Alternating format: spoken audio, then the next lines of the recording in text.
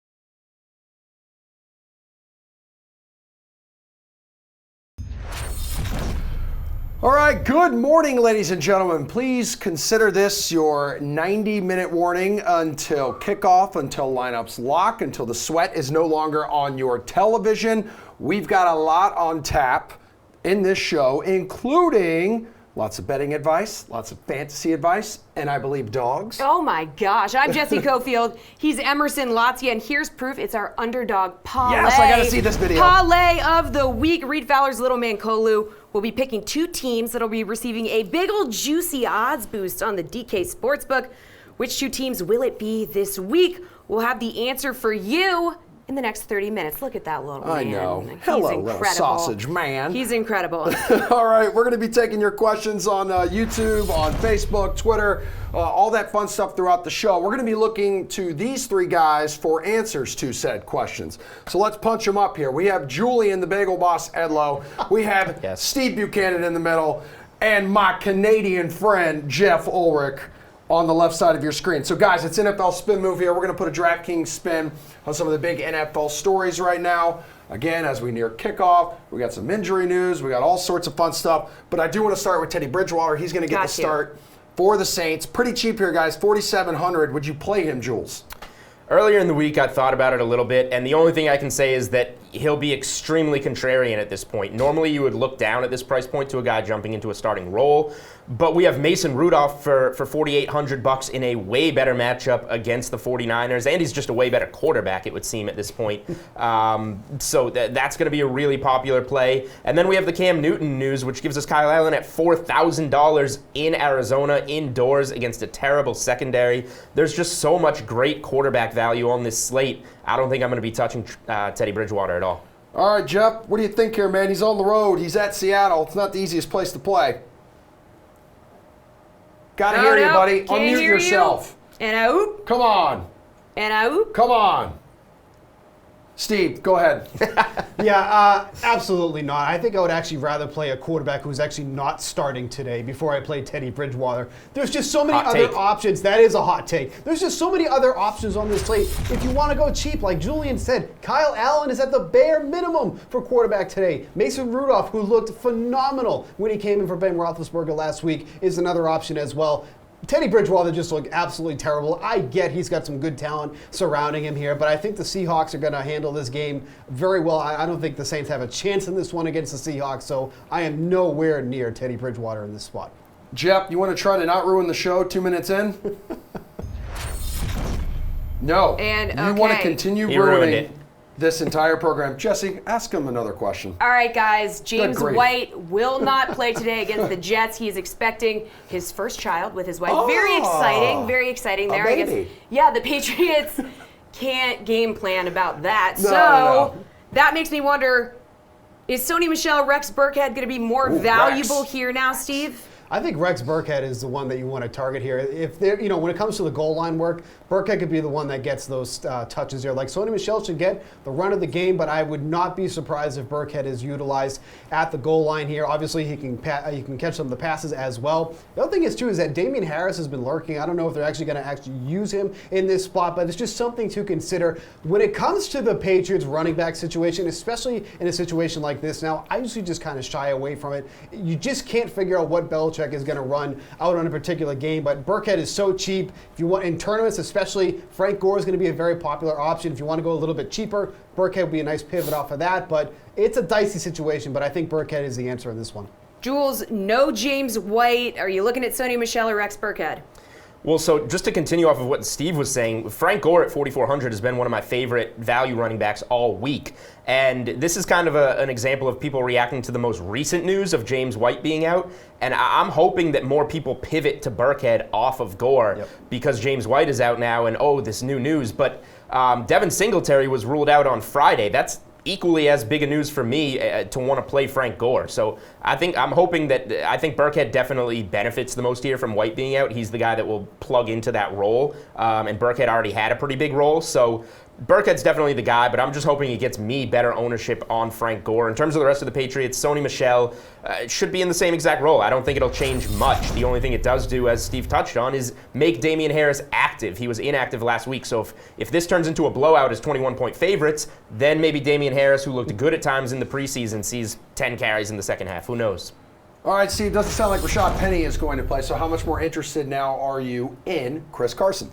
I mean, the thing with Carson here is he's the number one back. There's no doubt about that. But now he doesn't have to worry about if he fumbles the ball again today. I mean, that's been his biggest downfall, is that his ball security. But now there's really nobody behind him, so Carson should get the lion's share of the carries here. I think he's just as good as a spot with or without Penny. Like I said, I don't see the Saints having much chance in this game, especially if this game is up high. The score is up high late in the game. Carson should just run the ball out. So I like him in this spot here. Ball security continues to be an issue, but not as much now with Penny likely out of the mix. So I don't really think it changes much for him, but Carson's still very much in play here. Jules, if there is no Rashad Penny, how much more interested are you now in Chris Carson? Well, Chris Carson's been in my cash lineup all week, so I don't know how I could possibly get more interested in him, but I am. Rashad Penny had 10 carries for over 60 yards and a touchdown in Pittsburgh last week, and now you wipe that off the board and give the majority of those carries, you would think, to Chris Carson, who we've only had one example of him playing at home as a favorite this season. That was week 1 against the Bengals, and he had 25 DraftKings points. So he's in the same situation in this spot, hosting a Saints team who obviously is without Drew Brees. This is a spot, and his salary is dropped because of the blunder in week 2 in Pittsburgh. This is a perfect spot for Chris Carson in week 3. Jules, Marlon Mack is likely to play, but are you staying away from him as he's been wearing a walking boot all week?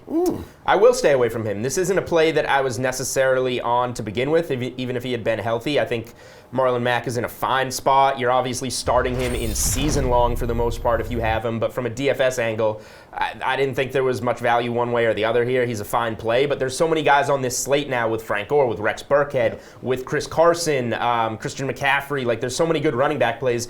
I don't think Mack was going to be a guy that I was on to begin with, so if we're here and he's been in a walking boot during the week, then I can easily write him off. Steve, walking boot for Marlon Mack. You going to stay away from him even if he plays today? Yeah, totally unnecessary. Like Julian said, there's so many different options at running back that you can go to. Matchup isn't even that great. Like, it's not like it was a matchup that, we were all expecting him to do well in, and then all of a sudden he got injured. Oh, now we're going to kind of get off Mack. I don't think we're really on Mack to begin with. He's been phenomenal to start the season. There's no doubt about that, but I think just with the injury risk, the re-injury risk, it's just not necessary on this slate. I think we'll all get through not playing Mack for 1 week. We can always look towards week 4. All right, guys, we're going to take a gander at some game spreads with you coming up right after Adam Kaufman catches up with Mike Francesa. The Jets are in Foxborough. Patriots favored by roughly 763 points. Should Luke Falk even bother showing up? No, I mean, the game will be 37-6 or something like that. Yeah, incredibly lopsided. Now, we currently live in an alternate universe where these Bills are not only 2-0, but actually favored to win again versus the Bengals, who are offensively offensive without A.J. Green. How did Buffalo become the best football team in New York? By basically being better than 2 awful teams. I mean, that's basically it. They shouldn't have beat the Jets, and they did. The Giants, they're just flat better than. Their defense is good. Last week, I got to give Josh Allen credit. Now, Josh Allen, I had said 2 weeks ago, was the most inaccurate starting quarterback I'd ever seen, but he played well last week. He really did. Even he even looked good against the Giants. That tells you how bad the Giants secondary is. They made Allen look good, and he's not a very accurate passer. He is a dangerous runner, though, and I think they have a good chance to go 3-0. I really do. That's it, and that's a heck of a start for them. Give them credit. First start of Daniel Jones' NFL career is in Tampa this weekend. The Giants still looking for that first win. Will this game result in Eli Manning either offering kind of a sheepish grin on the sidelines or a pout because he'll have to get comfortable on that bench after a Giants win? Well, I think two things to watch here. Number one, there's no question Tampa is going to blitz like crazy. I don't think there's any question this kid's going to see things he hasn't seen before. He might get one of his receivers back, which is a positive if Shepard plays. He's out of the concussion protocol. They need one because last week they had no wide receivers. I think the Giants can move the ball against Tampa. I think they would have in any offering, they will. But I think the difference in this game will be that the Giant defense will have a lot of trouble handling Tampa. And Bruce Arians wants to go deep and wants to challenge defenses more than any coach in this league. And you could not find a better defense to go deep on than the Giants. The Giants play pass defense right now worse than any team I've seen in my memory. I mean, they give such a soft cushion. It's like they're playing 30 yards off the ball. It's a joke. I mean, these guys in the secondary have no idea what they're doing. Absolutely no idea.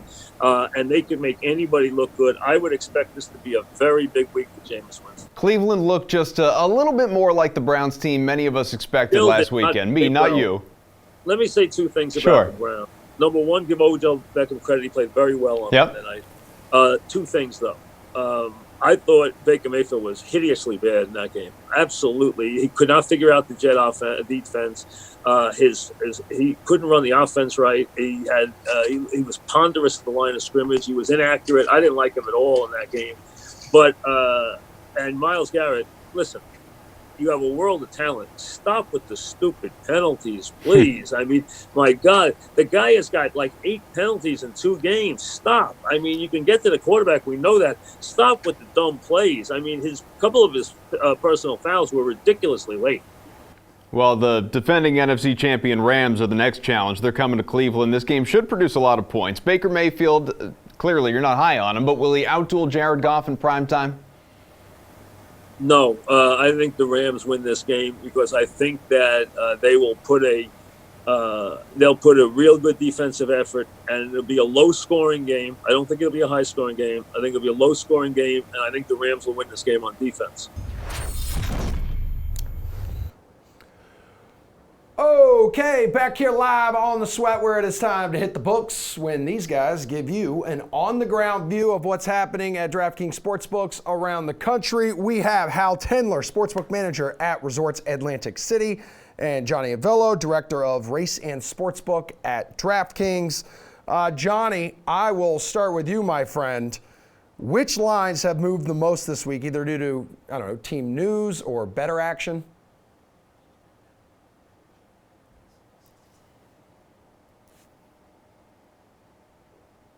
Hal, you want to, what? We got you now, Johnny. We're having some audio issues. You want to start over one more time for us, please?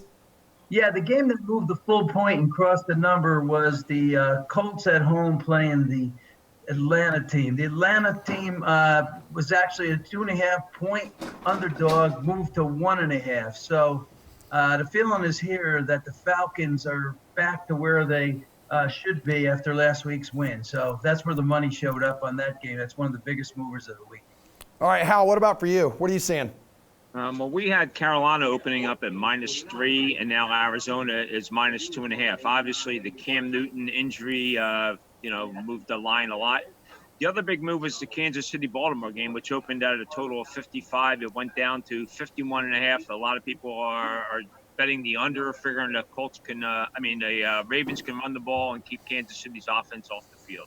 So they were our 2 big movements. Hal, which other teams are getting the most action here? We have 2 5-digit bets. One is on the Detroit Lions. It was bet earlier in the week at +7. That went down to 5.5 now, with the Eagles having a lot of injuries. And the other one was a 5-digit bet on the Cincinnati Bengals, +6 points today. Johnny, what are you seeing? I'm seeing the Packers getting loaded up on the side and on the parlays.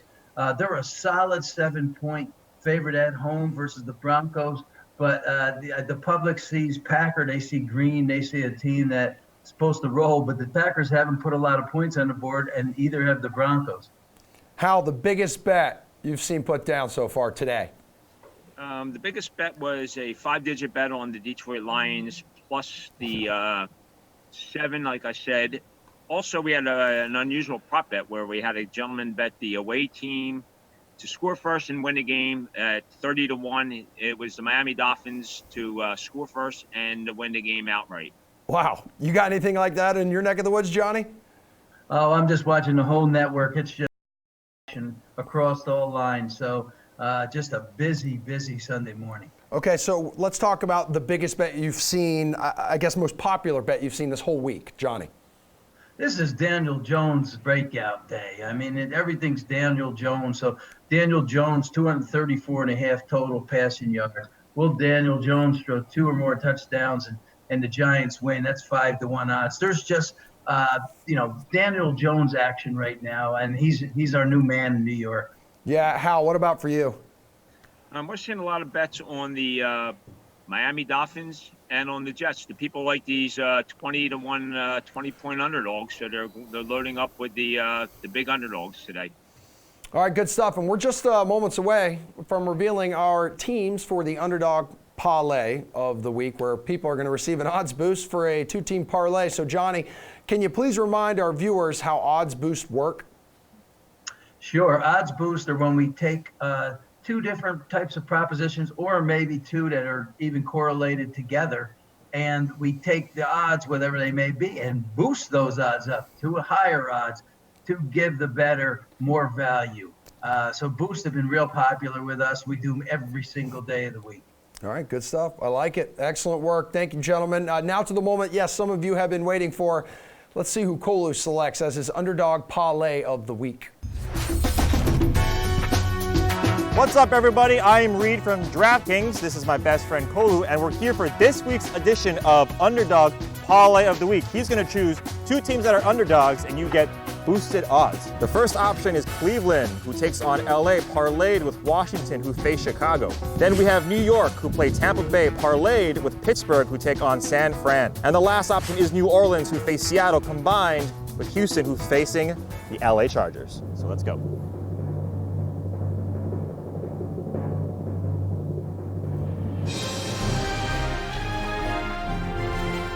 Got New Orleans and Houston for the parlay of the week.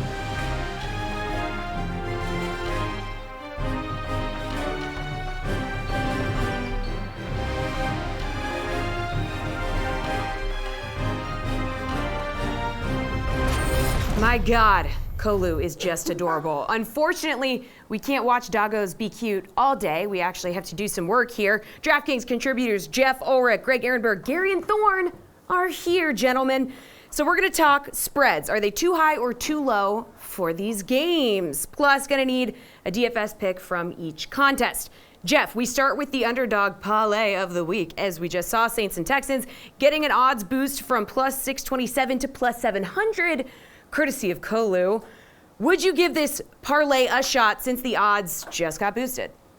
Yeah, I hate that Reed's dog actually made kind of like a sharp pick here, in my opinion. I think the Saints and Texans are both pretty live underdogs. I mean, the Saints at plus 4.5 are one of my favorite plays of the week. I think New Orleans just has the personnel to make this an ugly game, and Taysom Hill just running a quarterback, a decent run defense. So I like the Saints, and the Texans are kind of always live, and they're going up against a still banged up Chargers team, a little bit short on defense. So I like these 2 underdog spot, getting plus money on it. I think this is actually a decent parlay, especially with the odds boost.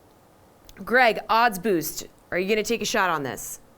Oh, maybe we could replace Reed on the show with his dog. That would be a fun thing. But I can't get behind Teddy Bridgewater and the Saints this week.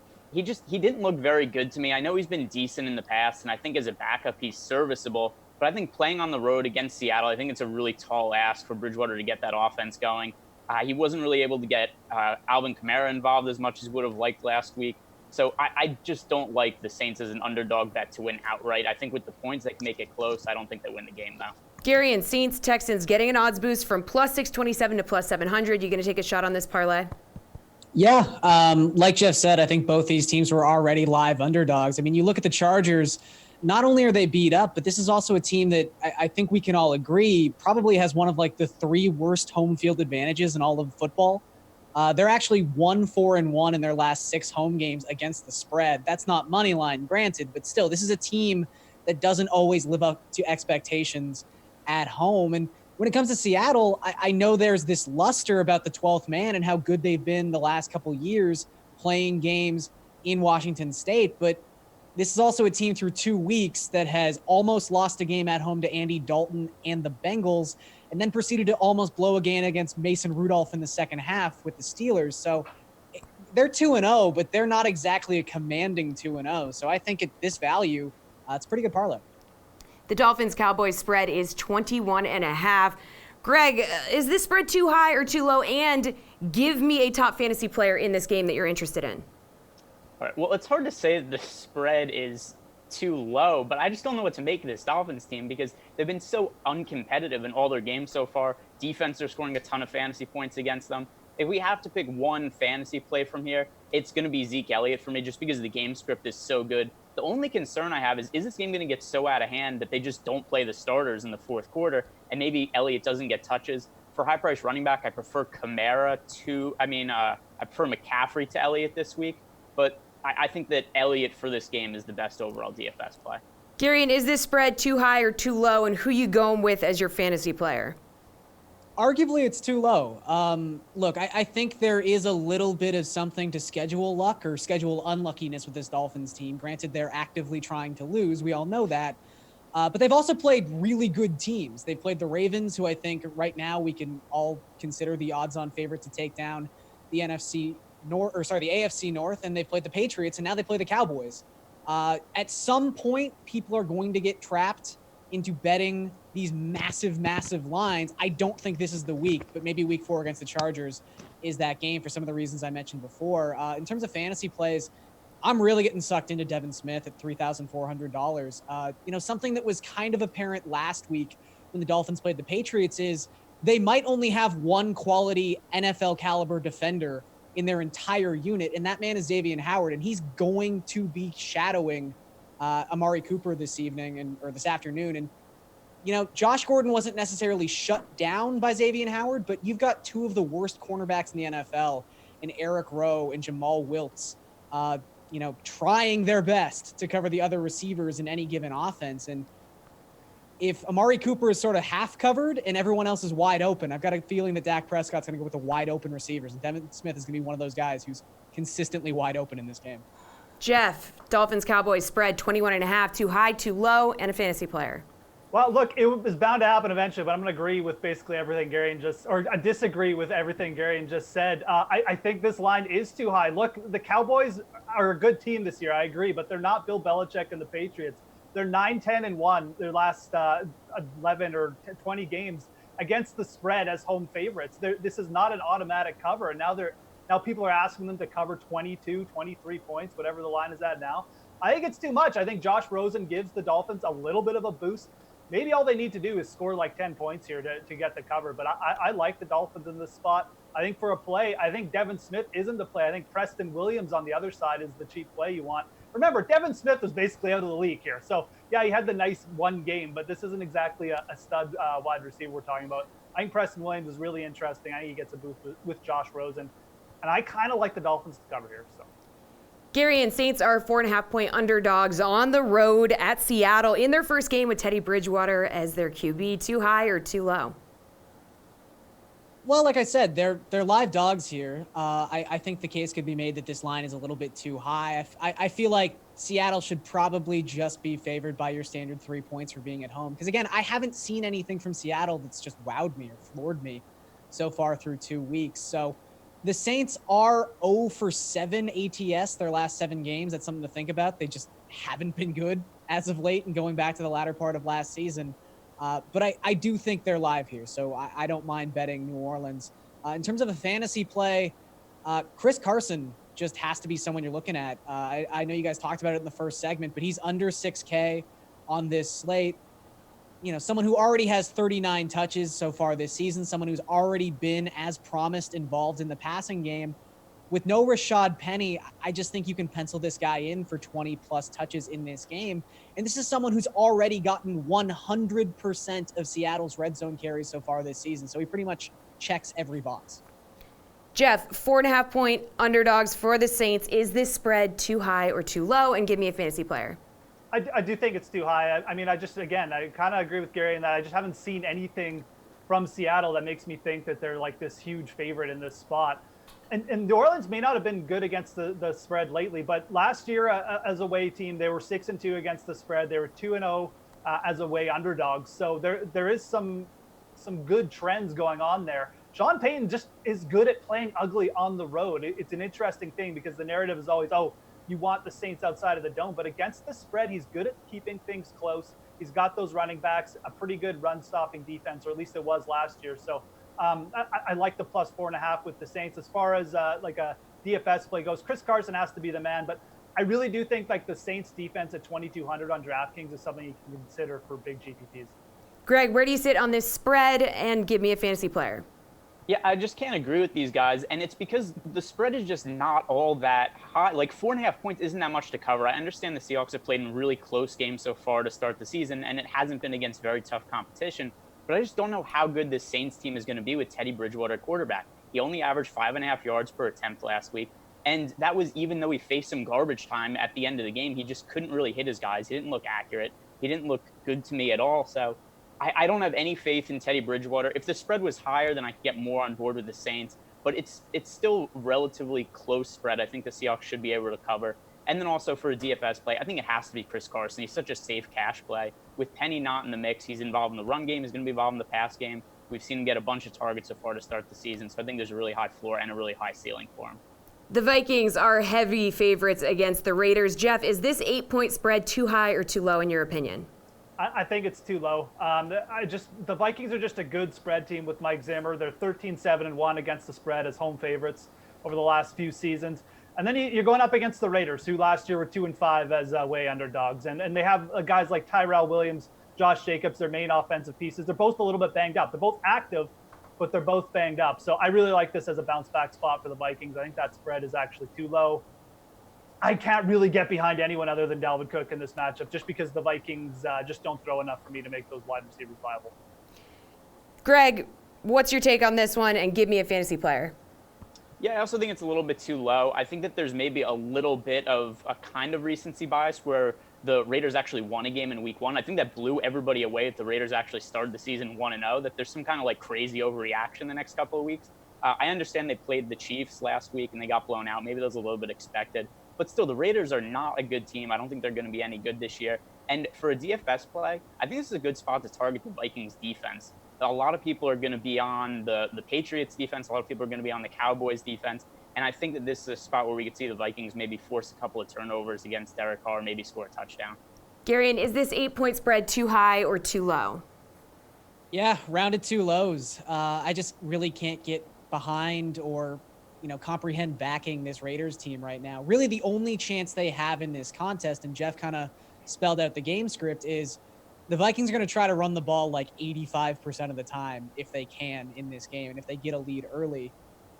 Oakland has had a pretty good run defense so far this season. It's a small sample, obviously, but they're allowing less than 3.4 adjusted line yards per carry, the 5th best mark in the NFL. So if they can actually contain Dalvin Cook, I think this is a slow enough paced game where they can hang in here and, it's backdoor cover is definitely a possibility, but I just don't think they can contain Dalvin Cook, who, as Jeff mentioned, is really, aside from Vikings defense in a correlated spot, is the only thing I'm interested in playing here from the Vikings side.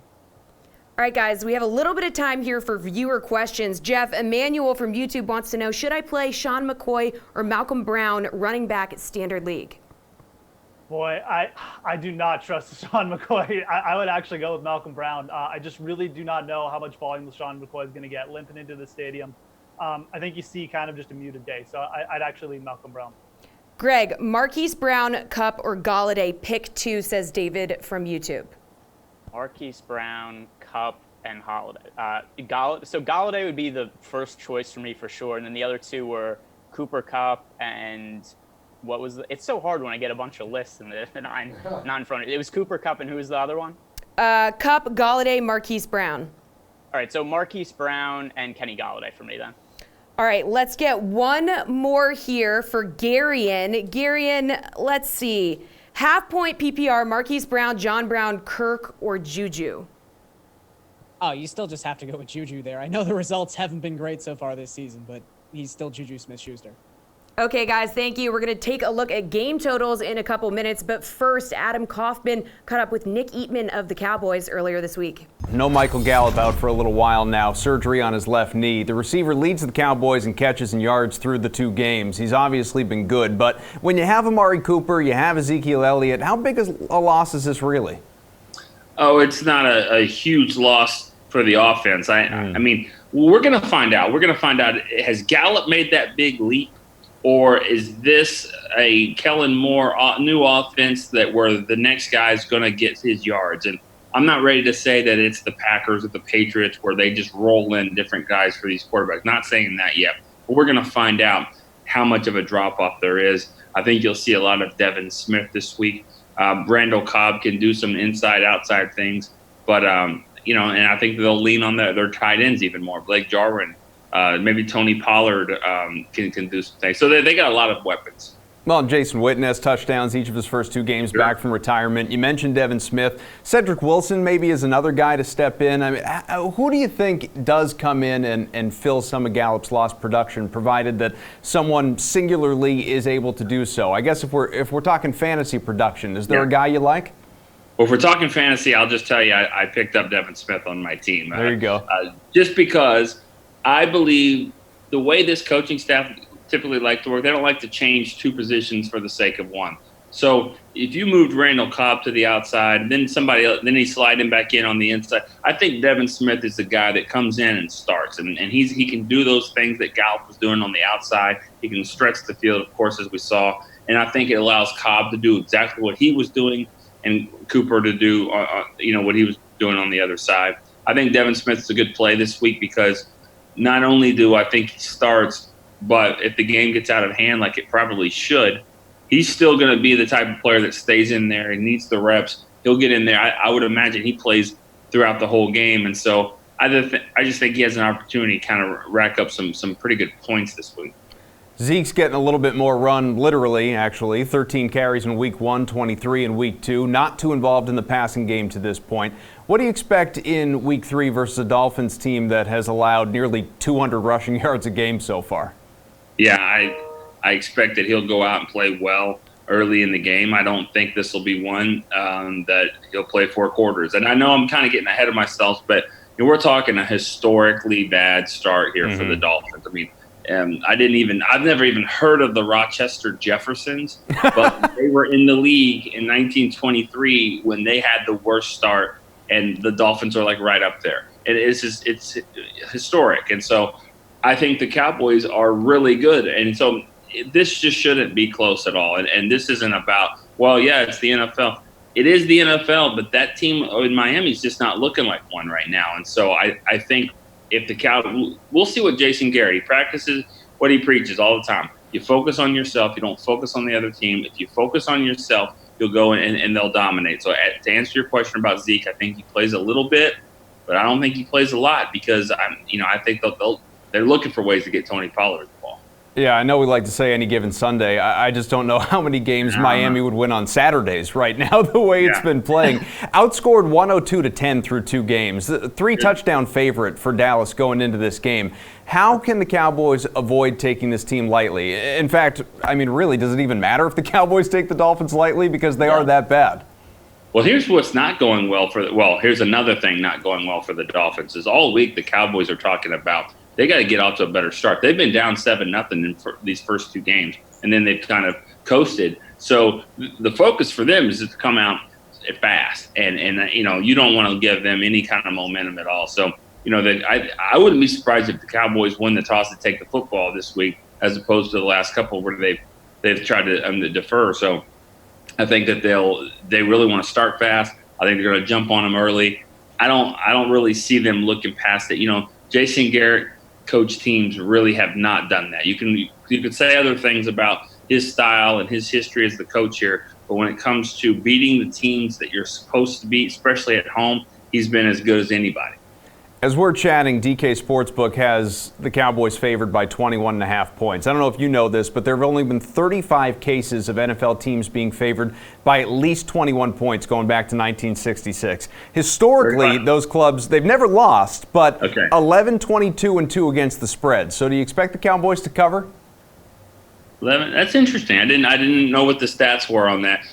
Yeah, I do. I think that they cover. I don't think they cover in the first half, but I think they cover. I really do. I just don't see it happening. I just don't see anywhere close where the Dolphins can hang in here and win this game. And I know that it was 14-0, I guess, at half for the Patriots, and then it kind of got away from them. But I just think the Cowboys are good enough talent-wise, and I think that they're hungry enough. Defense isn't really happy with the way they played.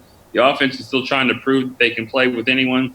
So I see them winning this game probably by 4 touchdowns, maybe more. Welcome back to the sweat. We hail from DraftKings. He's Emerson Lotzia. Okay, I'm Jessie Coffield. We're bringing you DFS and betting advice and analysis all the way up until kickoff at 1 p.m. Okay, it's just what we do, folks. Like literally almost every day here. But let's take a moment to remind some of you guys about the key inactives and key actives. Right now, Marlon Mack, T.Y. Hilton active, Mark Andrews, tight end for Baltimore, he's going to play. LaShawn McCoy is going to play. All right, a couple guys who will not play. Alshon Jeffrey and James White was the big one coming down. Yes. They didn't think he was going to play last week in Miami because he and his wife were expecting their first child, but turns out that's going to be today. Baby's coming. Yeah, all right. They likely won't need him anyway against the Jets. Very true. Now let's bring in DraftKings contributors Steve Buchanan, Gary Thorne, and Greg Ehrenberg. We're taking a look at game totals, you guys. So will these games go over or under their set totals? And we're going to get a fantasy play from these games from each of you as well. Okay, yeah, why not? Steven, let's start with you. The biggest total on the slate, that's Chiefs at Ravens, 51.5. You taking the over or the under, and hook us up with your favorite fantasy play in this game. Yeah, I'm going to go over with this one. We kind of seen this total dance around in the low 50s, the mid 50s, but at its current total, I think it goes over here slightly.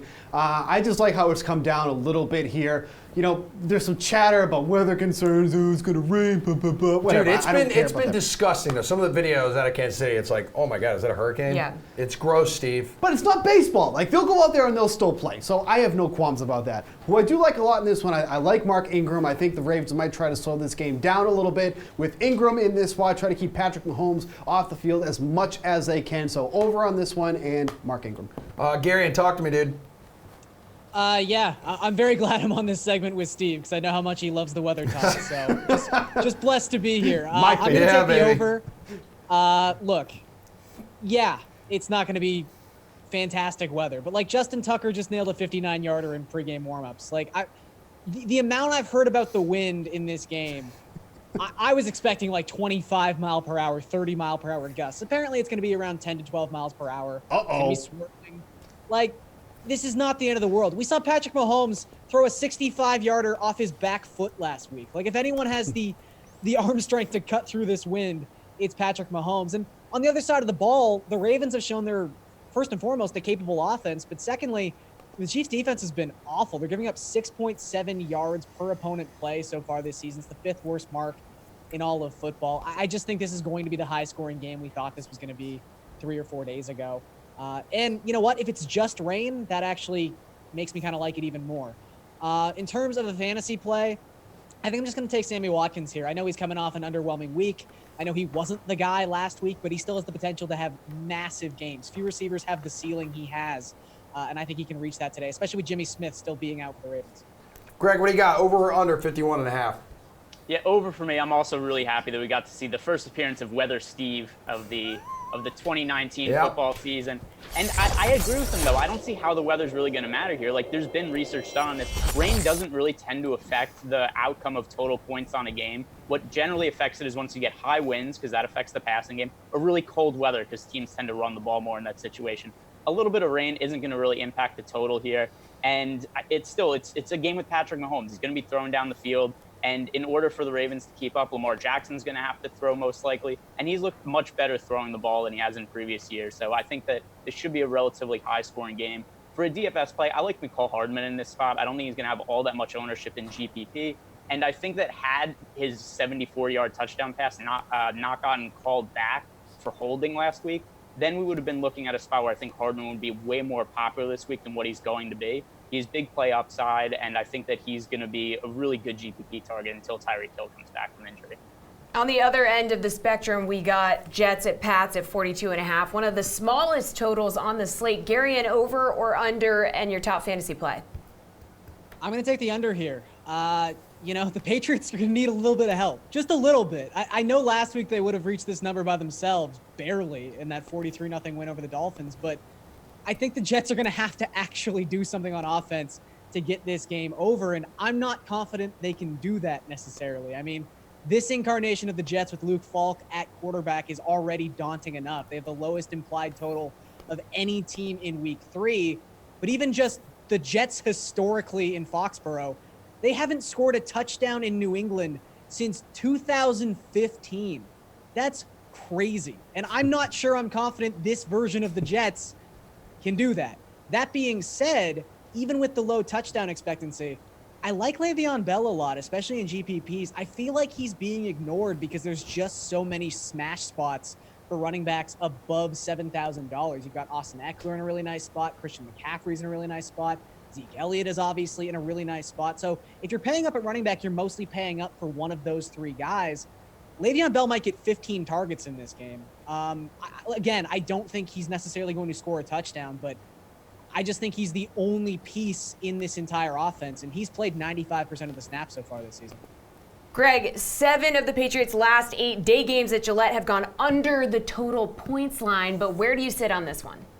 I think it's an under for me also. The issue is just the Jets are down to the 3rd quarterback. I don't know how they're going to be able to score against the Patriots. Their defense has looked pretty good so far this year.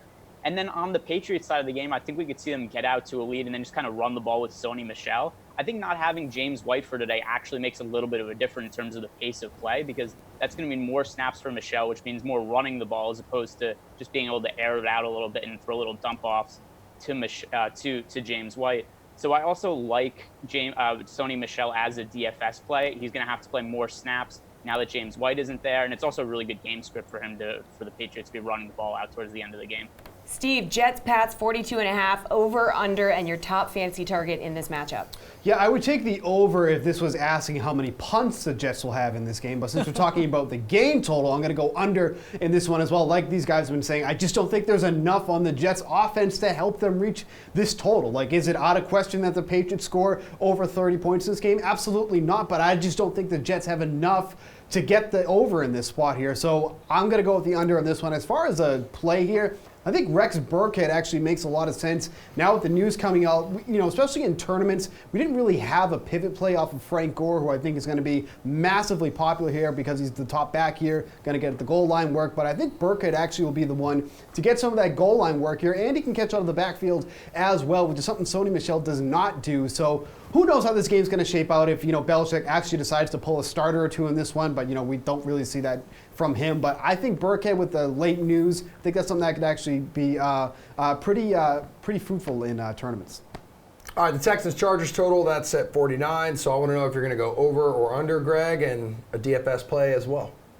Yeah, give me the over in this game, and I actually think this is a pretty sneaky DFS stack. I think there's a lot of players here who probably aren't going to be all that highly owned, and there's this potential to be the highest scoring game of the week. Neither of the defenses have looked particularly good to start the season. The Chargers in particular have not been able to stop any top receivers in the secondary, as Jeff actually pointed out when I was doing a show with him yesterday. So I think that DeAndre Hopkins is a decent GPP target. The only issue is that I kind of prefer to pay up for running backs and wide receivers this week. But I think that it's worth making like a couple full game stacks of this for GPP purposes, just because there's that shootout potential. Steven, what do you got? I'm actually going to go with the under on this one. And it really kind of comes down to how poor the Texans' offensive line has been. I mean, Watson feels like he's consistently under pressure. He's already been sacked 10 times this season. And the Chargers defense feels like it's underperformed a little bit here, so I feel like this could be a good bounce back spot for them. So that's why I actually prefer the Chargers defense as a DFS play here. Only 2,500 for a team that is allowing their quarterback to get sacked as much as they are. Like 2,500 feels like a really, really good value here. Obviously, we're going to be paying up at defense in some other lineups with the Cowboys, with the Patriots. So if you want to kind of save some salary, be a little bit different, I think the Chargers make a lot of sense in this spot here. So I really, really like them here. And then the under on this total. All right, Garion, where are you going? Which direction, over or under?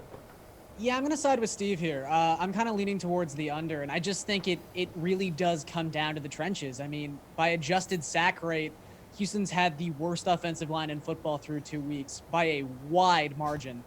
And even though the Chargers didn't allow a sack last week, that doesn't mean their offensive line has magically gotten better. They still have way too many flaws for me to commend that line in any single way. Still missing left tackle Russell Okung. So I just feel like there's going to be a lot of negative plays that push back drives here. There's going to be a lot of sacks in this contest. I think the DK Sportsbook has the sack total at like 5.5. That's kind of tempting. But even look at the Chargers in terms of pace. Like, this goes back to last season. This is consistent now. They just run a really slow offense. In a neutral play setting, they run the second slowest pace in the NFL in 2019. So there's a lot going against it here. But Austin Eckler is someone I still like, and it pairs well with Chargers defense at 2.5, like Steve was talking about. But one of the reasons and one of the ways that Phillip Rivers has combated this poor offensive line play, and one of the reasons he wasn't sacked a whole lot last week, is they just keep having these quick dump-off passes to Eckler. He's hyper involved in their offensive attack, and I think that continues this week. Another low total when the Broncos visit the Packers, just 42. Steve, where are you going, and give me a fantasy play? Yeah, this is another easy under for me here. Just the Broncos just look awful. Like, Emmanuel Sanders has looked pretty good. You know, Joe Flacco's able to connect with him. There's just not much else to like here. And the Packers defense has quietly been really solid through the first 2 weeks. So I think they're able to stop Joe Flacco here. But I do like Phillip Lindsay here. I think that the Broncos will be playing from behind. He's the preferred option for the passing plays. So I think Lindsay is someone who's not being talked about at all. He's in that same price range as Frank Gore, which again, I think the ownership will be really low. But this is just a brutal game overall. This is not one I'm really looking at to target from a betting perspective, from a DFS perspective. So under on this one and Phillip Lindsay. Gary, in each of the Broncos' last 11 games have gone under the total points line. Where are you going? Going under, and who are you taking as your fantasy play? Yeah, I'm going to go under. It's just hard to get excited about any element of this game. Even Aaron Rodgers, I mean, I don't say this lightly, but his numbers are comparable to Joe Flacco's so far this season. They are very similar in adjusted air yards per attempt. They're very similar in adjusted yards per attempt. There's just not a whole lot to like here. And I think when you're looking at this from a DFS perspective, it kind of reflects that. I mean, look, in the past 6 Packers home games, they've gone under 5 times. The past 5 times the Broncos have been on the road, they've gone under all 5 times. Like, I just don't think there's going to be a lot of points in this game. If you're playing season long, obviously Rodgers is still going to be your quarterback. Obviously, you're still playing Devontae Adams and Phillip Lindsay, but I am not targeting anyone from a DFS perspective in this game. Greg, do you want to live in the land down under with these guys, and do you have a fantasy play? Yeah, it's an under for me also. And just a general point, can the Packers play Aaron Jones more? Like, I don't get what the deal is with, like, LaFleur comes in. It's like the qualifications for being the Packers head coach is just the interview is, well, how much are you going to play Aaron Jones versus Jamal Williams? It's like, they're about even, 50-50 split. It's like, all right, you got the job. Like, Aaron Jones is so much better than Jamal Williams, and the Packers offense is always better when Aaron Jones is on the field, but yet they seem really committed to saying, like, this has to be a 50-50 split between the two. So I'd like to say that Aaron Jones is able to repeat what he did last week, but I just don't know if he's going to get enough snaps because they seem really committed to this being a timeshare situation. So from a DFS perspective, I guess you could play the Packers defense, but I don't think there's a whole lot of value here. Okay. We want to take some fan questions? Yeah, I think we should do that. Okay, we'll start here on Facebook. Steven, looks like we have a man by the name of A. Dean Stretchatorian saying, hey, friends, I need help with a season-long decision. We thinking David Montgomery tomorrow night or Frank Gore? Love you guys. Yeah, I think it's going to be Frank Gore here. The Bears offense just kind of looks like a mess right now. Gore is going to be one who's going to get plenty of carries in this one. He's going to be there at the goal line. Frank Gore. Garion, Yeldon or Duke Johnson half-point PPR? Ooh. Oh boy. At least Duke Johnson, we know what his role in this Houston offense is. I think Yeldon's going to end up playing something close to Singletary snaps. But we saw last week when Buffalo was winning the game, it is Frank Gore's game script, and they're probably going to be winning this game. Okay, Gregory, who should I start standard league tight end? Jared Cook or TJ Hawkinson? TJ Hawkinson, I think he's gotten off to a good start this year. He wasn't great last week, but we saw the upside he has in week 1. So I think that he's probably somewhere in between what he did in week 1 and week 2, but I think he's going to be pretty good going forward. Steve, O.J. Howard or Waller? I want it to be O.J. Howard because, I feel like he has to break out. Give up on him. I don't want to give up on him. It's such a good matchup this week, too, as well. But at least we've seen Waller. We know Gruden loves giving him the ball. So it's a close one. I'm going to give it to Waller here, but I wouldn't hate if he did Howard either. He's got to break out at some point. Gare Bear, should Emmanuel play Sean McCoy or Malcolm Brown? That's a standard league. Yeah, I'm going to take LaShawn McCoy. I know there's a massive chance for re-injury here. I know that, Darwin might just be the better player. But I think his role in a high-scoring game is a little bit more tempting than, the 8 to 10 touches that Malcolm Brown might get for the Rams. Greg, in full-point PPR, Mason Crosby or Justin Tucker? I don't know why the PPR point matters when we're talking about kickers.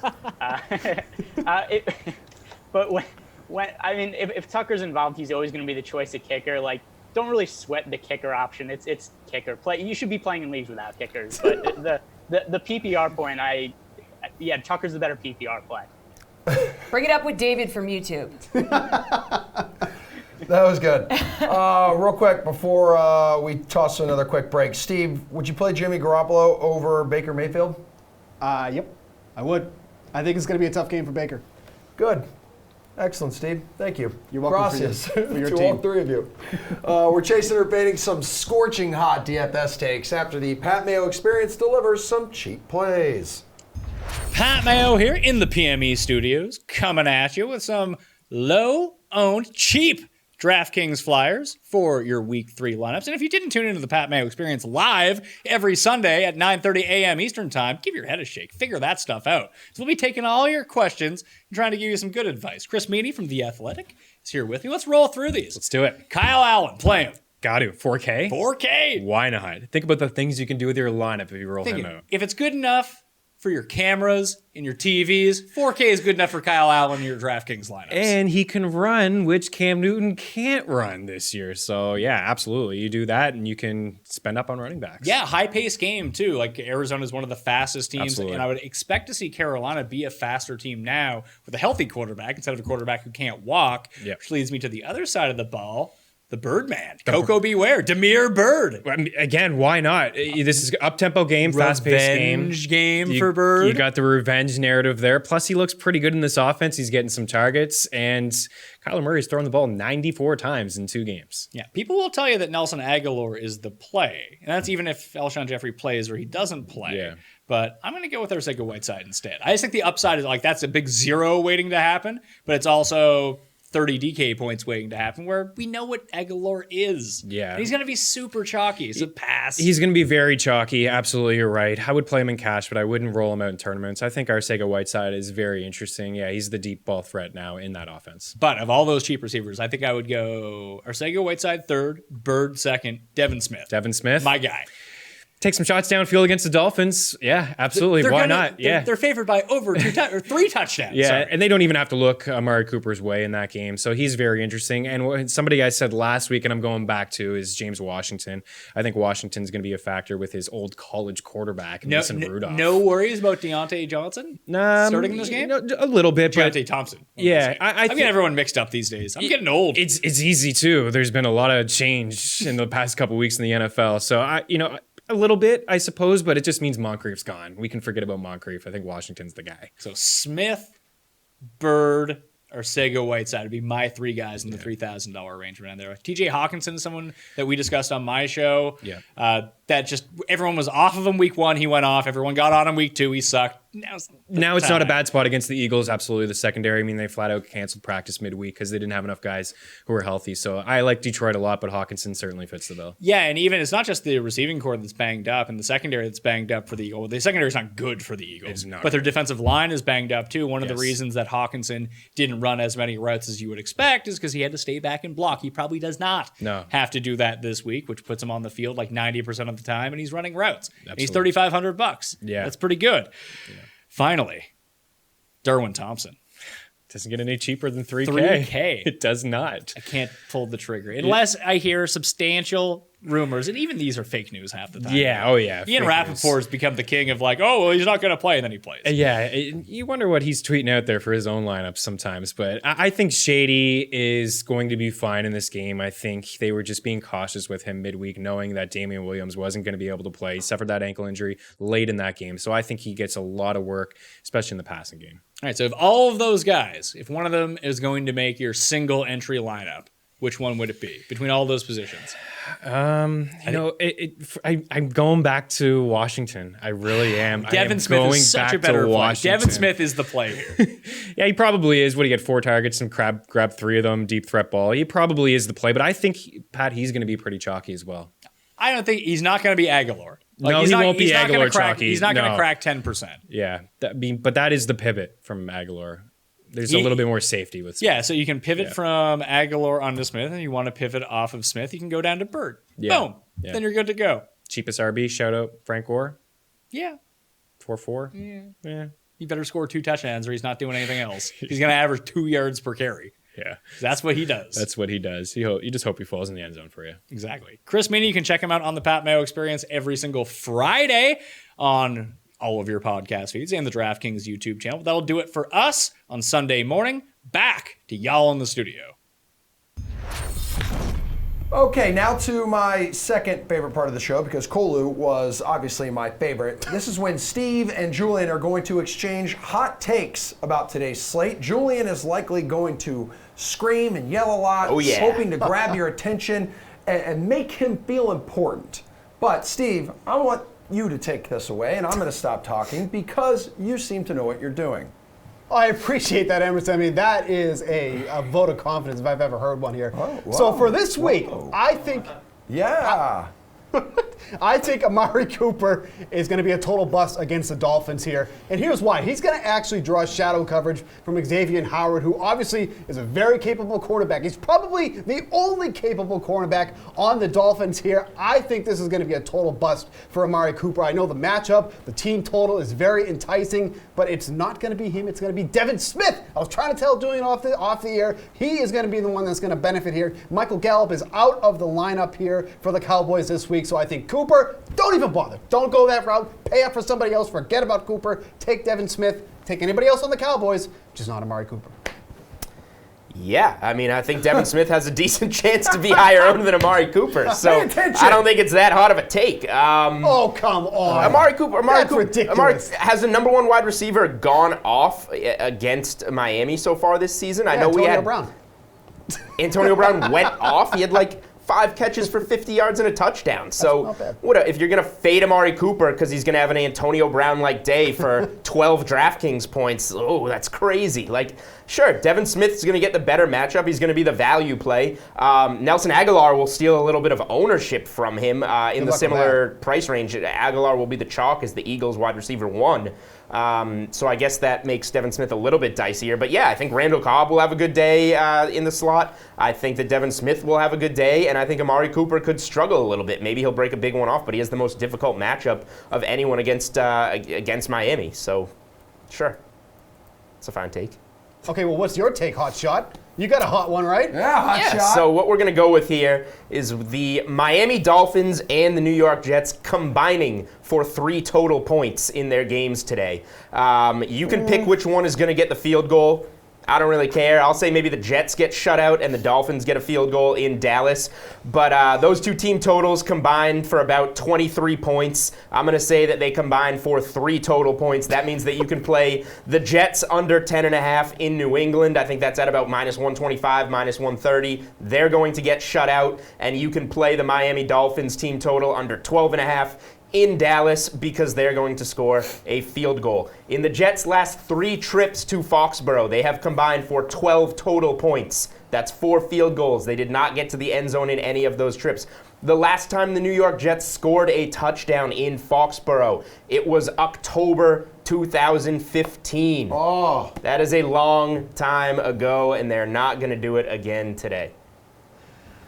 See, the point of the subject is like, at least my take could maybe actually happen. Like last week, what did you say? The Steelers were going to win by 30 I was or something? wrong. They lost. Oh, that was a big shock. You got to put yourself out there with a hot take. It's probably not going to happen, but when it does, it's okay to put yourself out there. But at least put yourself out there like this actually has a chance of happening. Like saying this is going to happen. Saying 2 total teams are going to score no more than 3 points. I mean, come on, At least I didn't say no more than. I said exactly 3 points. At least the Jets have Le'Veon Bell. I have a good feeling that Le'Veon Bell can actually reach the end zone here. At least he's someone capable. The Dolphins, Josh Rosen's under center. Not that I think that's much of an upgrade, but at least it's anything better than Ryan Fitzpatrick. Yeah, it's going to get him a field goal this week, which is improvement upon last week. Granted, Josh Rosen doesn't have any offensive line in front of him to protect him, but he's a more capable quarterback at this point here. So this is a really tough sell for me. This is your second asinine take. Oh, yeah. They're only going to get hotter every week. I really hope Reed Fowler is back on the show this week. We need you back here to bring some sense to this. I don't even know if you want to call it a segment, but this has just been brutal. I agree with you that Allen is an upgrade at quarterback. However, did you watch the Patriots game? The receivers can't catch the ball. They actually duck out of the way of the ball sometimes. So if they're not going to catch the ball, they're not going to score. And what I'll say on Le'Veon Bell, is he going to reach the end zone? No. But the best way to go on Le'Veon Bell, 5.5 receptions. I like that over. He caught all 10 of his targets against Cleveland on Monday Night Football. They have to, because the Jets are not going to be able to move the ball. They're going to dump it down to Lev Bell all the time. Okay. We'll see you next week. All right, guys. Great job, both of you. Thanks, I Emerson. had to cut you off because we have to say goodbye to all the fine people watching us on News 12 Plus. Hope you enjoyed the show. If you didn't, we're going to try again next week. Same time, same place. But for everyone else watching on YouTube, Twitter, Facebook, and the DK Live app, we still have 30 minutes to go. We're taking more of your questions. We're talking more spreads, more DFS chatter. You guys, all your questions on all the social media pages. But right now, we got a Week 3 edition of Levitan's Leverage. It's time for Levitan's Leverage Week 3 edition. Adam Kaufman with Adam Levitan. Levy's hot, too. Lamar Jackson went off last week. Matt Breida certainly justified his salary. Let's see what you got this time here, guy. All right, James Washington. He's the first one. Value opportunity for the Steelers in San Francisco. The receiver's 3,500. But, what I'm wondering is why now with Mason Rudolph at QB?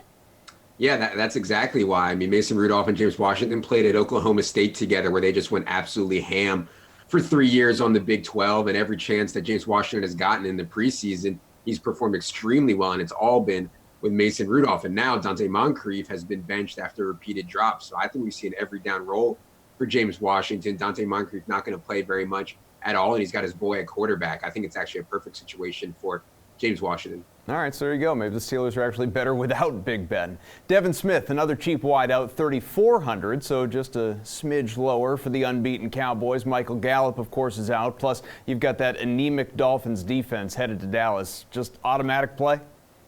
Yeah, I mean, I don't know about automatic because Devin Smith is going to kind of play a vertical streaker role. I think Randall Cobb's slot role will be expanded a bit, but we do know that top Dolphins corner Xavier Howard will be on Amari Cooper, and they just have such little talent all over the rest of their defense. And Devin Smith's a baller, man. I mean, he's had a lot of injuries, but he was a second-round pick back in 2015, dominated this preseason, so I'm excited about the chance for Devin Smith. Soccer star Julie Ertz's husband, Zach, plays for the Eagles. I hope people know that. He's 5,700 at home with the Lions in town. The tight end, he was targeted an absurd 16 times last week, Levy. That can't happen again, can it? Yeah, I think it can. I mean, Carson Wentz has an actual problem with, in real football, with just locking on to Zach Ertz, and he's going to do so even more this coming week with no Alshon Jeffrey, no Deshaun Jackson, no Dallas Goedert. So I think that J.J. Arcega-Whiteside and Nelson Aguilar will play roles. But, man, when Carson Wentz drops back, he's just going to be absolutely locked on to Zach Ertz. And, yeah, it's not going to be high ADOT. He's going to get 6-7 yards down the field, turn around and catch the ball. But in DraftKings scoring, that's just so valuable. I don't see Jerry, so say hi for us. Okay, I will. All right, good luck. See you later. All right, see you. Alrighty, back here on the sweat, we got Gary and we got Julian, we got Jeff on for another edition of NFL High or Low. We're peeping some player prop totals, gentlemen. Daniel Jones, 1.5 touchdowns. So you get plus 146 on the over, minus 200 on the under. Too high or too low here, Gary? And more audio issues. Let's go to Julian.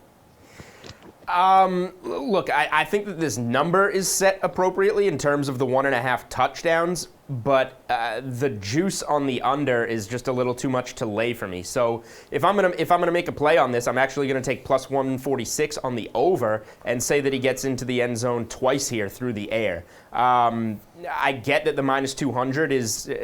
It implies that the odds are that he's going to go under this number, and I probably agree. But if I'm going to make a small play here, it's going to be on the over, just because of what the Bucs have been doing defensively. We've covered it a couple times on the show over the past couple weeks. They're pretty good against the run game. Saquon could struggle here more than we're accustomed to seeing him struggle, at least, after seeing what Tampa was able to do with Christian McCaffrey and that Carolina run game. So Danny Dimes, he's going to try and make some noise in his debut. He doesn't have many weapons to do it, but he's got Evan Ingram, he's got Sterling Shepard back. Maybe he can get in twice here. Hey, Gary, let's try it again. Go ahead, start talking. Okay, I will try again. Can you hear me? Yeah, you sound great. Hey, now answer the question. Yeah, Julian took all my points, so now I can't sound smart. So thanks a lot, audio issues. Yeah, Jules. Yeah, there's just way too much juice here. For as much as I don't think he's going to throw 2 touchdowns, I can't lay minus 200 on the under here. But Tampa Bay has just been really stout in general. I mean, Julian mentioned how stout they've been against the run. They've only allowed 1 passing touchdown through their first 2 games of the season. This is a defense you have to remember that lost the most man games to injury of any defensive unit in football last season. And they've only added another first-round selection to their defense, even though Devin White won't be active in this game. I just think they're a better unit than they're given credit for. So, no, I don't think he's going to get 2 touchdowns in this contest. Jeff, you think he gets 2 touchdowns? Everyone loves this guy. He's like the savior. I think at plus whatever 146, that's a lot of juice. I mean, look, yes, Tampa Bay has improved as a run-stopping defense, but if you watch the last Thursday night game, Cam Newton easily could have had 3 passing touchdowns in that game. It had nothing to do with what the Bucs secondary was doing. It's still a very weak secondary. I think this is a good bet for the over for Daniel Jones. Okay, Zach Ertz, 70.5 receiving yards. Jules, take it away. Yeah, so obviously we have to lay minus 134 to get the under here, but I would probably lean with the over here as well for even odds, just because I'm going to operate under the assumption that Alshon Jeffrey is not going to play here, and we already know that Deshaun Jackson is out. So Nelson Aguilar is going to be the wide receiver 1, but that doesn't mean, Zach Ertz is going to be Carson Wentz's prime target here. He saw 16 targets against Atlanta on Sunday Night Football when Jackson and Jeffrey were knocked out of that game early. So yeah, Alshon, by the way, is inactive. Okay, there we go. So cool. Even better. Exactly what we were thinking. But rather than the yards here, because Ertz can be kind of a safety valve, he doesn't get too deep. If I'm going to make a player prop play on Ertz, I'm looking at over in receptions. I think he's going to get another 15, 16 target game, can easily bring in 10 of those. The thing is, it could just be maybe it's for 65 yards. So I would just feel more comfortable playing the over on receptions. Jeff, plus 100 on the over, minus 134 on the under. I mean, look, Ertz, it's almost always better to play the over on receptions because his yards after the catch is not good. I mean, he usually just catches the ball and takes a step and goes down because he just does not break tackles and he's not really that fast. So at the same time, 70.5 seems pretty. It seems like you should be taking the over here at plus money just because of obviously the Eagles' lack of depth at wide receiver right now. So I would lean the over. It's not a great spot. I mean, he could get another 12, 13 targets and not hit this, but with the plus money, I'd go over still on this. Gary, what you think? Yeah, the plus money here is pretty enticing, or the even money anyway is pretty enticing. 16 targets last week. I know Dallas Goedert's active, but we don't really know how effective he's going to be. And even still, the Eagles run a lot of 2 tight end sets, so it's not like his presence is going to take away snaps necessarily from Zach Ertz. So I think the volume is there, and really the only thing that would deter me from this is the fact that the Lions have been pretty good against tight ends so far this season from a fantasy perspective. They've only actually allowed 4 targets to the position, but that's kind of cheating because they've played Arizona, who basically just abandoned the tight end position in general. and they played the Chargers the week after Hunter Henry got hurt. So this is the first week they're going to actually have to face a tight end. I feel like he gets pretty involved in the game plan. Raheem Mostert, 37.5 rushing yards. Had a pretty good game last Sunday, I'd say. Jeff, what do you think? That total too high or too low for you? I'm going to take the under here. Look, last week it wasn't, I don't want to say it was a mirage, but it was just a factor of who they were going against. The Bengals are just such a poor run defense. San Francisco got up in that game and they were able to rotate 3 running backs. They're going to keep rotating 3 running backs. So if this game stays a little bit closer, you're not going to see as much Mostert.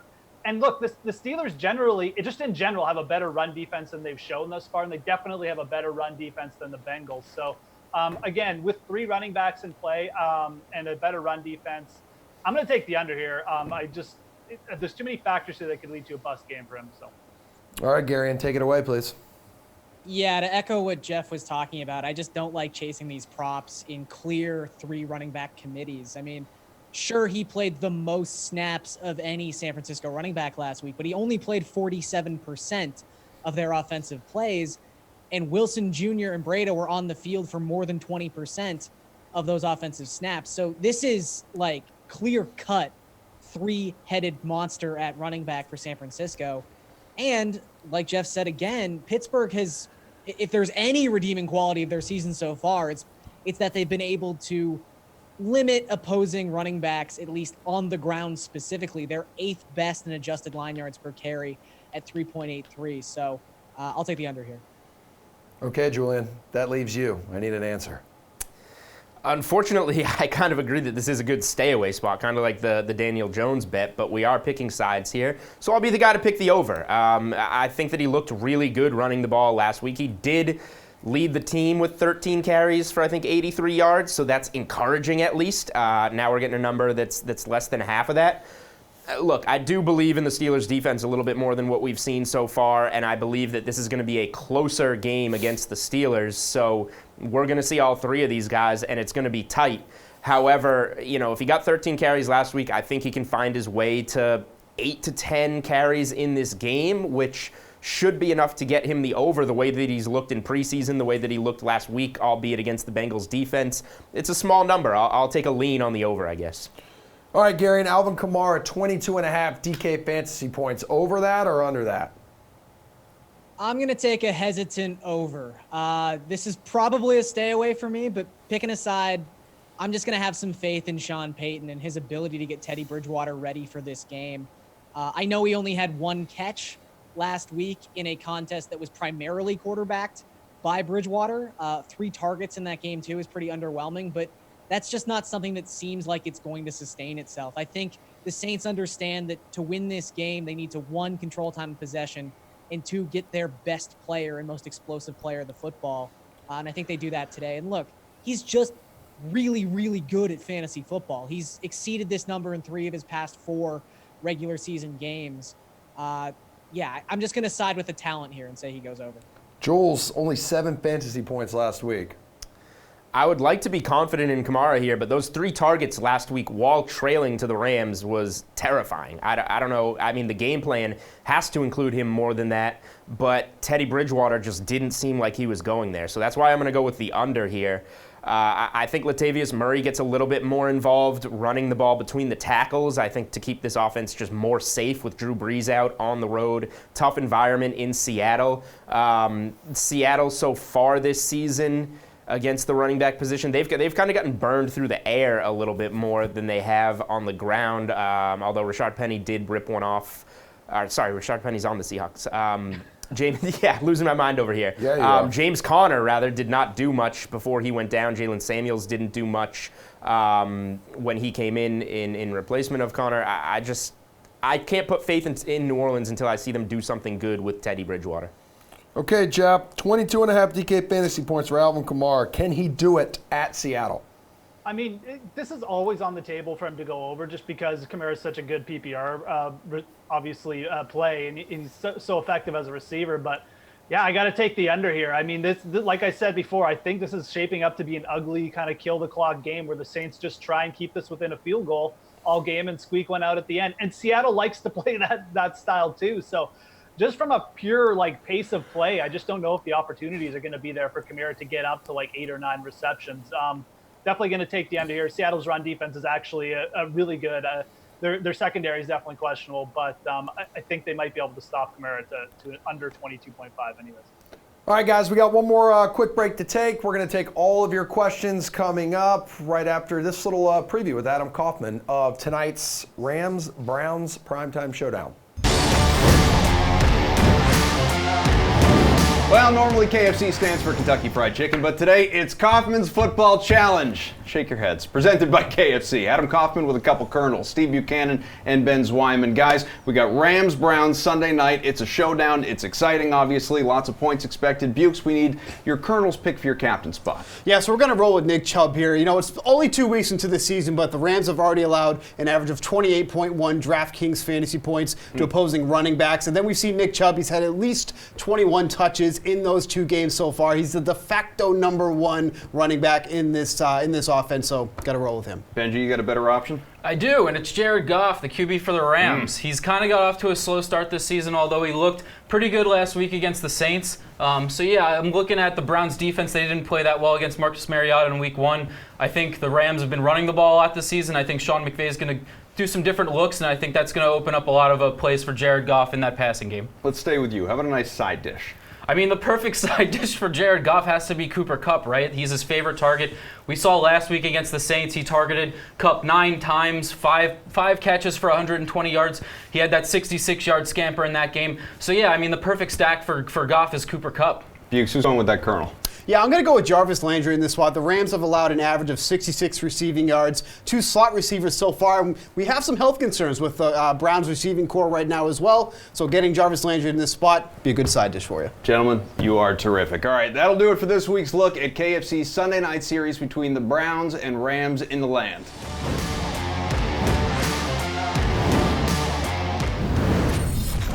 Okay. Nice outfit change. I probably shouldn't recognize you right now. You're not even on the screen, Steve. Okay. But Let's keep it together. You're here. Okay, all right. So close to the show wrapping up. We're closing in on kickoff, closing in on all those lineups locking. So now would be a fantastic time to for gentlemen filling up the quad box, which is DK contributors, Julian Edlow, Steve Buchanan, Greg Ehrenberg, and Jeff Ulrich. And in case you missed it, guys, Kolu was our 4-legged friend, picking the underdog parlay of the week. Sausage man. A 2-team parlay, and it's the Saints and Texans. DK Sportsbook hooking you guys up with an odds boost. Oh, get on it, baby. This is exciting, though. It's very impartial. Kolu doesn't know anything about this or who he's picking. So, yeah, you really just got to believe him when he... Whoever our dog is also next week, by the way, big shoes to fill, and they're following in Rufus's footsteps and Kolu's footsteps, so good luck, Pooch. Yeah, I mean, Steve, panelists here, guys, what do you think? Do you like that parlay plus 700? What do you think about that one, Steve? I just don't want anything to do with the Saints this week. There's just nothing that makes them attractive, so I love the odds boost. Makes it a little bit more enticing for some of you people who are feeling a little froggy on a Sunday afternoon, but it is definitely not for me. Jules, I saw you shaking your head. I mean, do you agree with Steve?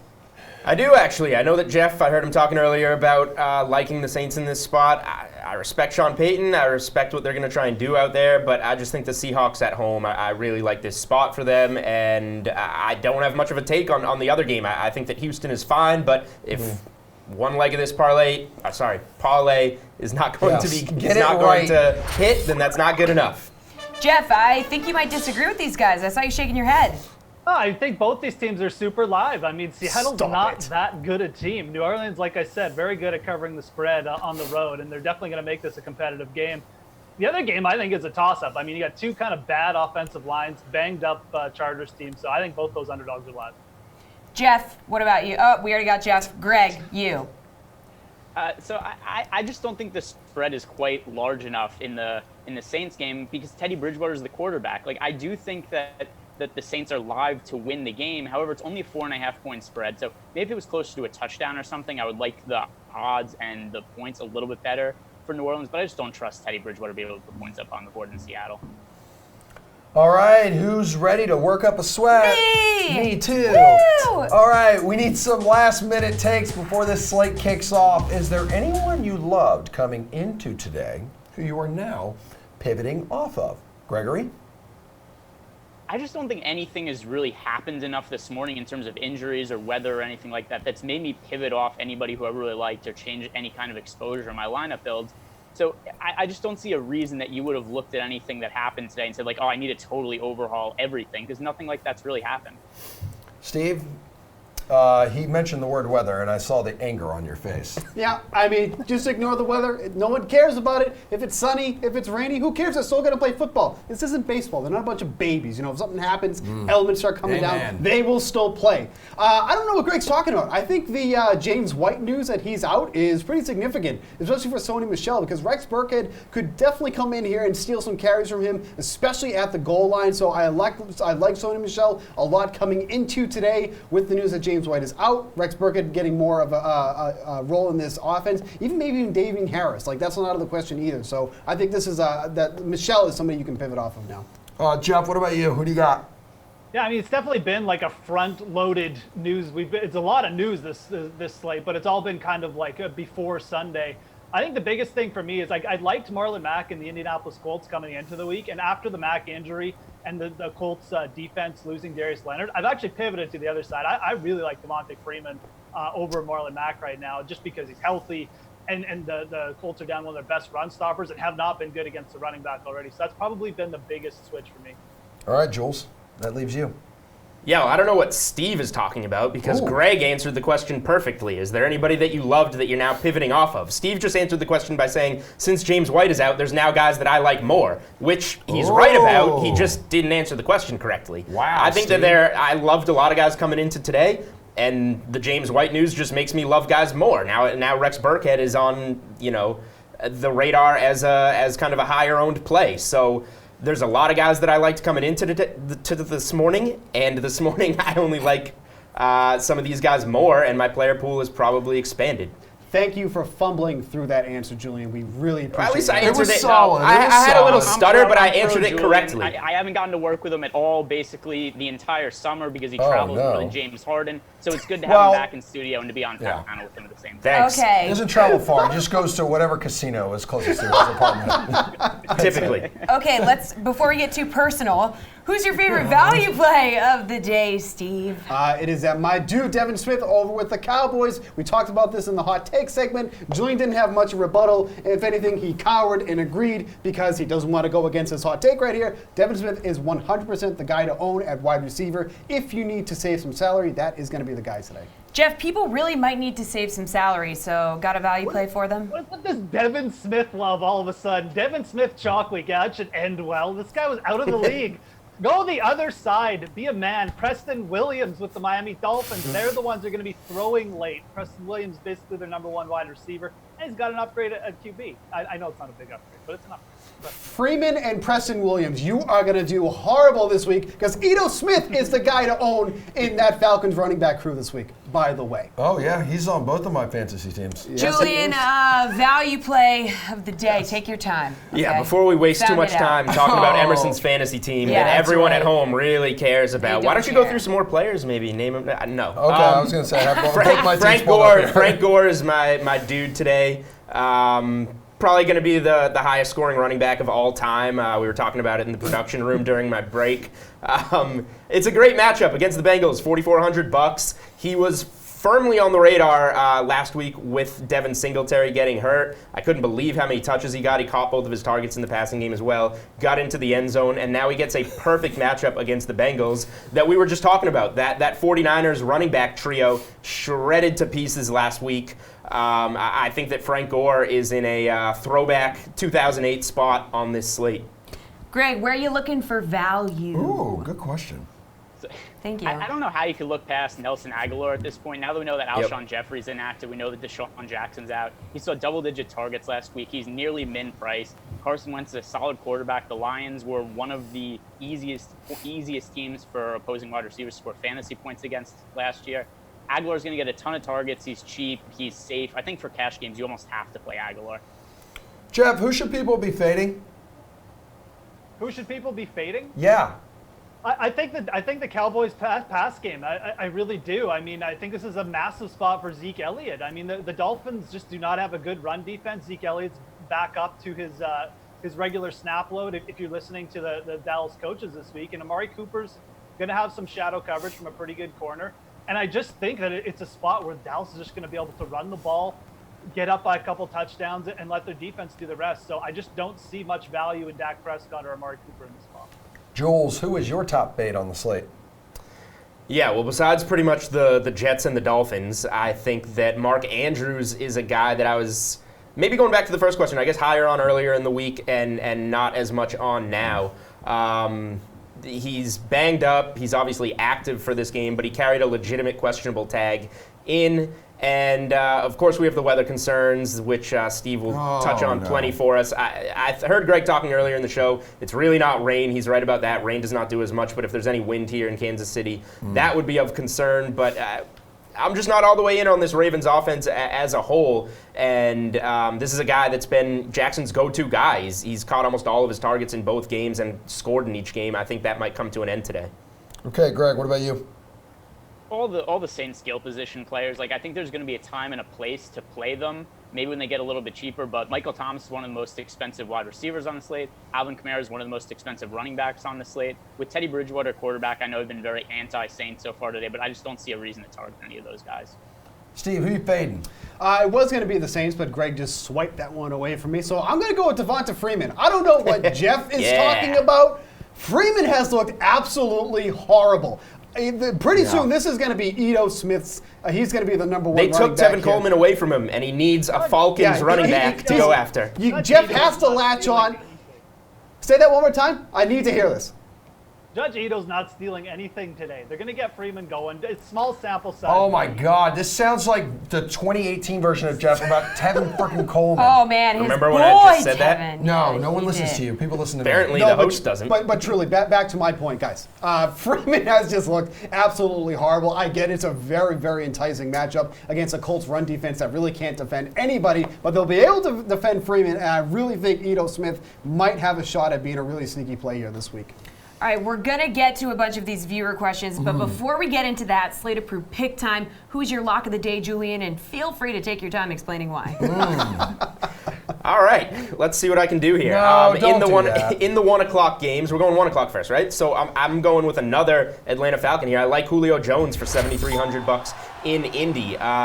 This is the cheapest we've seen Julio Jones on DraftKings in like 4 years, and I have no idea why, because he's coming off a 100-yard game with 2 touchdowns. I get that it was at home against the Eagles, who have a terrible secondary, but he's still going to be playing indoors here in Indy, and I'm not too frightened by the matchup. I know that the injury report for the Colts dictates a little bit more of the run game, but Atlanta's looked so bad running the ball this season. Matt Ryan has already attempted 89 passes through 2 games. I think that the Falcons are much more comfortable getting the job done through the air, regardless of what the matchup dictates. Sure, maybe we'll see a little bit more of the ground game, but the strength of this offense is clearly going to Julio Jones and Calvin Ridley, and I think Julio Jones at this massive discount, down from $8,000 last week, is in a really home run spot on this slate at wide receiver. Greg, Slate Approved. Christian McCaffrey for me. I think that if you're going to spend up for anybody, McCaffrey makes the most sense. Now that Kyle Allen's playing quarterback, I think they're almost forced to feed the ball to McCaffrey. They kind of got away from him a little bit last week. It ended up being a disaster against the Buccaneers on Thursday Night Football. I think that McCaffrey's going to have double-digit targets today. I think of any running back of those top guys to pay up for, I think Elliott could end up being the most popular, but to me, I think McCaffrey's a little bit stronger of a play and has more upside. Steve, lock of the day. Yeah, I don't know how you fade Antonio Brown. I'm just kidding. I think it's definitely going to you can fade his Twitter feed right now. I think it's definitely going to be Josh Allen here. He just does it with his arm, with his legs. Is just in such a good matchup here. Like we even said on the show, the Bills are probably going to be 3-0 after today, which is amazing. But Josh Allen is a huge reason for that. And then, I don't know, if we're doing 4 o'clock games, George Kittle's in a really good bounce back spot against the Steelers as well. I love this spot for him here. He's being overlooked because of all the attention to Zach Ertz. So Kittle for the 4 o'clock games. That would mean the Bills are 3-0 and the Patriots are 3-0 and they play next week. That'd be pretty incredible. Somebody's going to lose there. Yeah, wow, that's that like would Super definitely Bowl. I think I know who it's going to be. Jeff, Jeff's please, here. Jeff, Hey, go ahead. Talk about Freeman. Steve finally made a good point about George Kittle. I really like him. Most of the players I like are on the late slate, but early slate, I would definitely go with Ezekiel Elliott. Like I said, I think people are just talking themselves out of an amazing spot. Late slate, yeah, you're going to want to play all of the Cardinals today. Kyler Murray, Christian Kirk, David Johnson, Cardinals defense. I think an Arizona monster stack wins something big this week, so look for the Arizona Cardinals offense to go off. Oogly doogly, neighbors. We got a little more than 2 minutes to go. Let's start with some questions here on Facebook. Stephanie French Fry asks, Russell Wilson or Deshaun Watson? I really like Russell Wilson here. That's definitely a no-brainer for me. Julian, Devonta Freeman or Galladay standard? Oh, Galladay by a mile. All right, Greg. Sam Pickle asks, Phillip Lindsay, Chris Thompson, Jarvis Landry, or Marquise Brown, flex season long? Can you get back? Greg always gets the question with 10 guys. He needs you to slow it down. All right, here we go. Sam Pickle asks, Phillip Lindsay, Chris Thompson, Jarvis Landry, or Marquise Brown. It's a flex. It's a season long. All right, so that's going to be Marquise Brown for me. I think this is a really good game script to have a really high-scoring game. I think the Ravens probably have to throw the ball to keep up, and a ton of upside in Brown, who played a lot more snaps in Week 2 than he did in Week 1. Great. Jeff, Hugo Garcia wants to know, should I start Jared Goff or Matthew Stafford? Well, Hugo, I would go with Jared Goff personally. I think it's a good spot. The Browns secondary is really, really banged up, so you might actually see Jared Goff finally put up a big game here. Steve, Justin Donut asks, Kyler or Winston? That's a really close one. I'm going to go with Kyler in this spot because we haven't seen it from Winston. I would think we would see it this week, but Kyler's in a really good spot here. I guess Jeff is right about the Cardinals. Let's see. Come on, girl. You got it. Boyd or Mac? PPR. There we go. Greg. Boyd or Mac? PPR. PPR. I'm gonna go with Mack in this spot. I think overall the Colts are just gonna have to lean on him a lot for the rest of the season. The Colts offensive line has still been really good this year. I know they don't have Andrew Luck, except they've been able to run the ball just because of how good the offensive line is. Steve, really quick, defense, Packers or Tampa Bay? Yes, good question. Packers. Oh, that was really quick. You said quick. Hyde or Gore, Julian? Oh, I actually like Hyde a lot, but Frank Gore. Okay. All right. Wow. All right, well, that's going to do it. This has been The Sweat, taking you right up till 1 p.m., of course, as we always do. We will be back next Sunday. You're going to want to be there. Emerson Lotzia will be there if he can keep it together. Next Sunday at 1. I'm so hungry. I'm so hungry.